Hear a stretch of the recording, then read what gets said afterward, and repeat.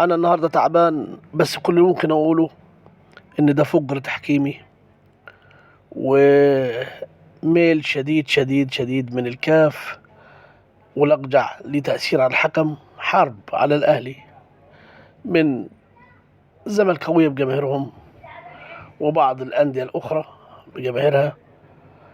حرب شرسة ضد النادي الاهلي. ضربتين جزاء لم يحتسبوا بالمرة. ايه السبب؟ معرفش. قرارات تحكيمية متعسفة للغاية، فاولات في غير مكانها، فاولات عكسية.